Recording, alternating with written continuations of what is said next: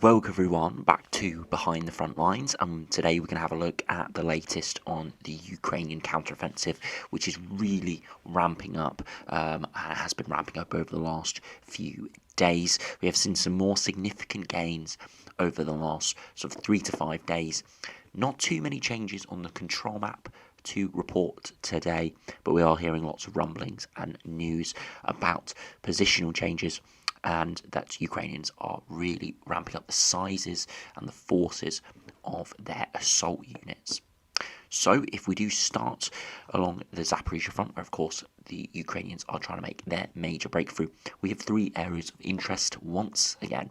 We have the area near Kamyanska towards Lobkove and Piatki, where they've repeatedly tried to take Serebianki here and have various points had assault units within the settlement, but have always been driven out by either a Russian counterattack or huge artillery barrages.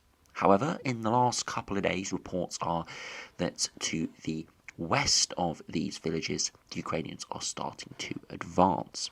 Now, on this map, we haven't seen too many changes. We've seen a brief update in the grey zone here over the last few days, but not too much. And of course, this is why we always have to compare different sources and compare different maps, as others have different sort of outcomes here.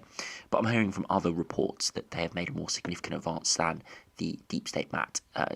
Is providing, with all these these areas within the settlement here becoming under Ukrainian control, and the grey zone perhaps getting as far south as some of these houses and villages here towards Lhove, as there is a large trench network that is across these fields here where they are starting to attack.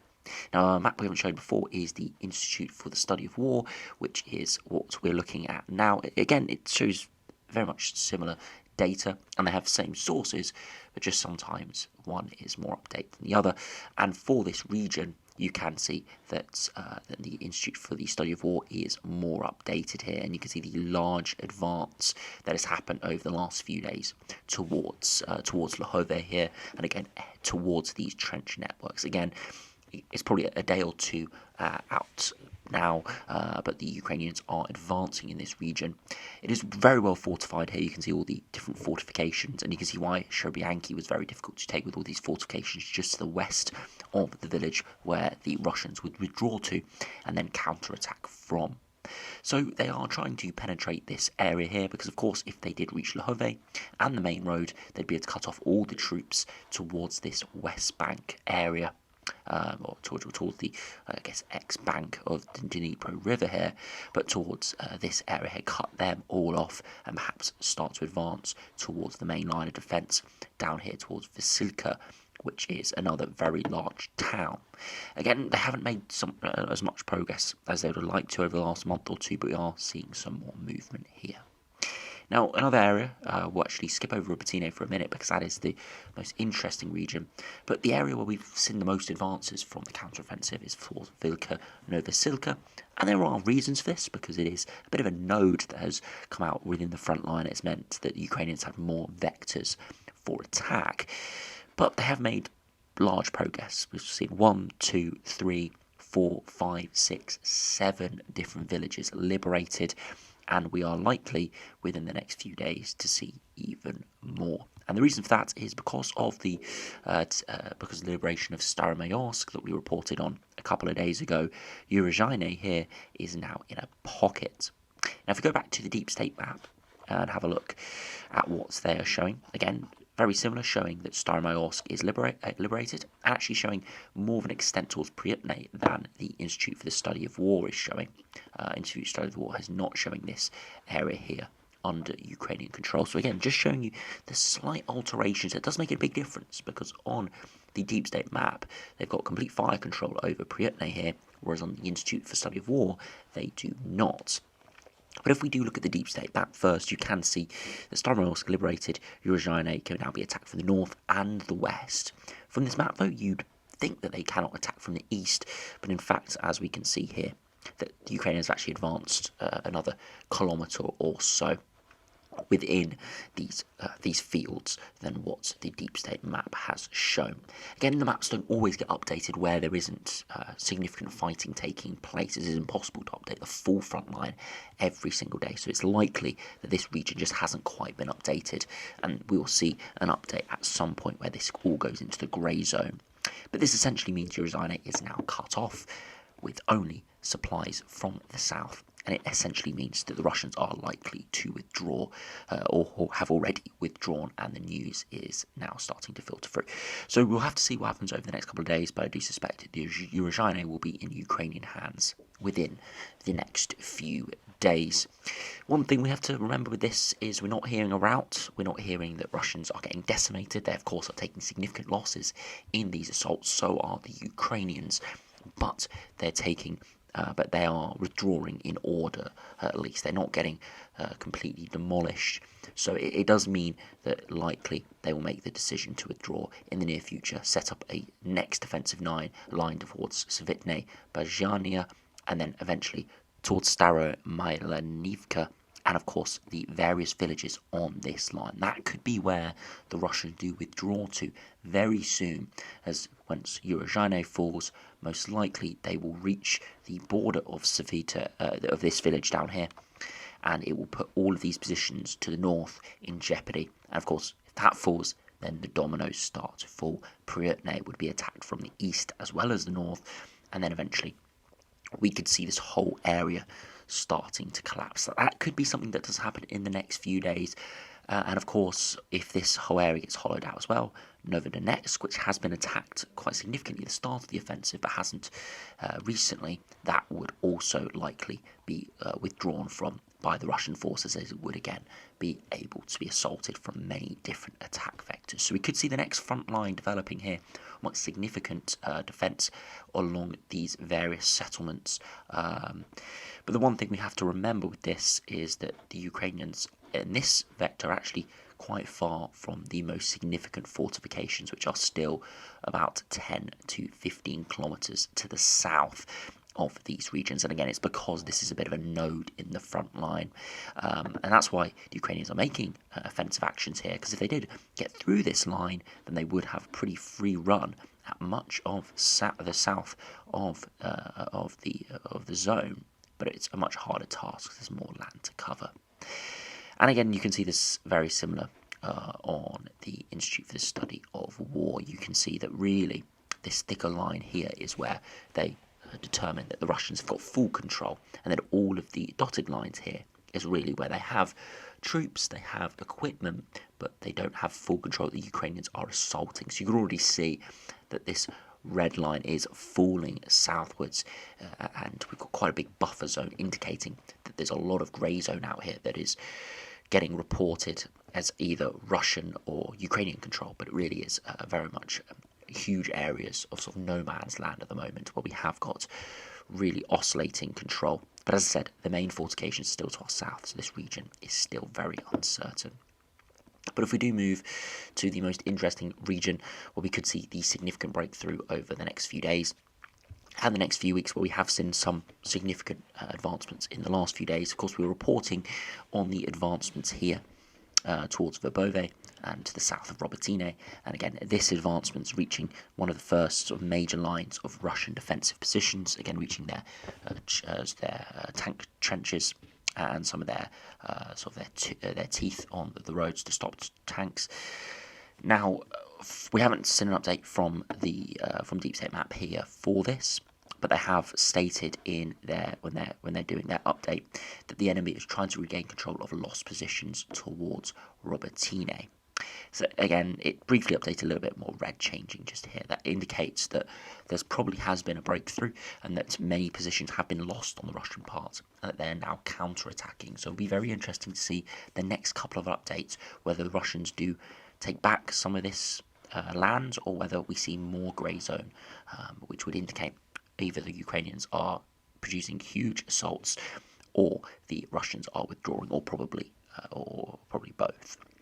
Now, the big change we're seeing in Robotine, why we're seeing these quite large advancements compared to the land that's been liberated so far, this only happened in the last day or two, is because the assault unit sizes are changing, and just the general forces are changing. Of course, at the start of the offensive, we saw significant columns of tanks and modern equipment, NATO equipment, but it did get decimated.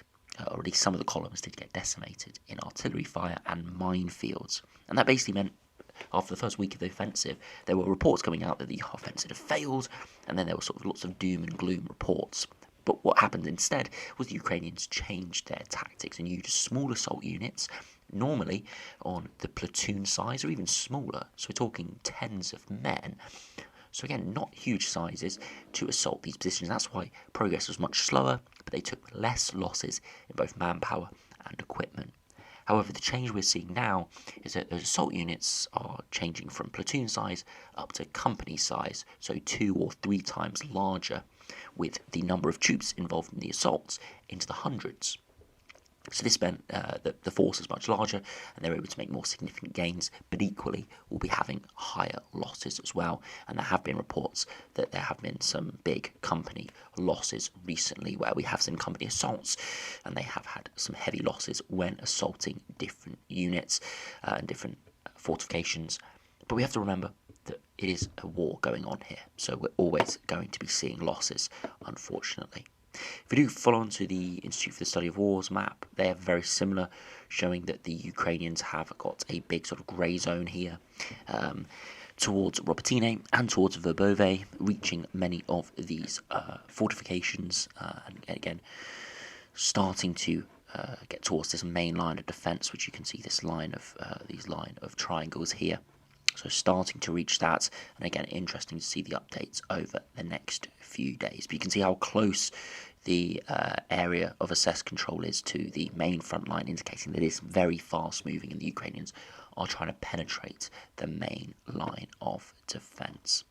So these are the 3 main axes of attack at the moment in the south, and we are seeing significant assaults in these areas. We have seen some significant changes in the last few days. Nothing so much as the last 24 hours or so in terms of reporting, but there of course are rumblings of big changes. Of course, when we do see big changes, the Russians will be going quiet, and so will the Ukrainians. So could that be a sign that we are seeing big changes on the maps? The Russians wouldn't like people to know that they are losing or losing ground, and the Ukrainians would like to keep it quiet as well to make sure that their advancement doesn't have any external factors influencing it. So we'll have to see. It is very much a war of attrition and troops and forces, but also of information. So that's why it is very difficult to say exactly how this is evolving. But all we know is that it is ramping up and the main assault is in its beginning stages. If we finally go over to the east, we have seen some updates from the Bakhmut area. You can see here 3 main villages now being firmly assaulted. Kurdyamivka on the Institute for the Study of War doesn't quite have this, but other reports have the Ukrainian line a bit further towards Kurdyamivka. Institute for the Study of War has Ukrainian troops right on the boundary of Andriivka. Again, this is likely to fall very quickly. And Klishivka, I did say in a couple of videos ago that it would be falling in the next sort of couple of days. Now we're a couple of days away and it hasn't fallen, and that is simply because the Russians just keep throwing troops at it. And the Ukrainians have basically said, okay, sure, you keep throwing troops at it and we will keep hitting them with cluster munitions. So from what I'm hearing, the reports are that the Ukrainians basically parked up on the edge of the village, up in the hills and in the fortifications to the west that they took a number of weeks to assault, and they're basically staying there, waiting for for Russian reinforcements to arrive into the village, hitting them with artillery and cluster munitions, giving a devastating assault, and basically just grinding down the forces in Klishivka without taking significant losses. They are not assaulting anymore. So we have to see what happens to this village, whether Ukrainians do decide to push through, or whether they just decide to stay there and let the Russians keep having significant losses, and perhaps even the Russians do withdraw completely in the near future. We will have to see. But no huge territorial changes here, but just indicative that there is huge pressure, and any day now we could see quite a big change in this map and a big collapse. And again, if we check out Deep State map for this region, again you can see they're starting to really hit Khodymyvka. You can see Deep State Map definitely has that grey zone right on the boundary of Khodymyvka. Same for Andriivka, and same for Klishchiivka. You can see a bit of an advance here from the Russians, again just trying to exert control, and that's the reinforcements arriving. Ukrainians just parked up in the fortifications in the forests and on the hills, just hitting them with artillery. The last thing we have to speak about is the offensive from the Russians in the north and the east towards the Svatobe area. Now, over the last week or two, we did see significant advances towards Nadia and further westwards, and we did see some advances further southwards towards Torske, which is down here towards Kreminna. But over the last day or two, the lines have stabilised, and actually the Ukrainians have got reinforcements in, and we have seen them actually push the Russians back. So if you go back a couple of days, you can see the Russians were actually quite far forward. The Deep State Map on the 25th had very large advancements in actually Russian-controlled territory. But if we run on, push back on the 26th, further push back on the 27th, the 28th, and the 29th, push back further. And again, their main line before they started the offensive was on the river line. So in theory here, they've actually only advanced quite minimal sort of area. When we look at that, if we actually measure that, you can see perhaps gains of as much as 3 kilometres in the best areas. Again, they are continuing to assault, but Ukrainian reinforcements have arrived, and that is stabilising the line and actually pushing them back. So it does look like this offensive, for now, has fizzled out, or at least their momentum has fizzled out, and is the same as we look on the Institute for the Study of War. Very large grey zone here, as they saw the large advances, but I'm sure they're being much more careful in showing where this front line is. This looks pretty much the same front line we were seeing on the Deep State Map a day or two ago. Again, just indicating that some of these maps are slightly out of sync depending on their location and, of course, with the information coming out. There isn't that much information coming out from this. Again, it's one of those situations where the Ukrainians won't be posting too much about it because they don't want to admit that there have been some territorial changes and losses. But the Russians equally won't want to say too much, because if this is a larger offensive or larger attempt, they do not want to give out any information that would help Ukrainian soldiers on the ground knowing their locations, or locations of fortifications, or areas where they have got artillery or anything like that. So staying fairly quiet for this region, but reports are coming that they are stabilising the line and getting pushed back ever so slightly. So you can see there haven't been significant changes in the last 24 hours on territorial. Again, that may just be reporting, because we are hearing a number of reports of significant assaults by the Ukrainians, especially in the south. We'll have to keep a very close eye on it, as it is going to be a very fluid situation.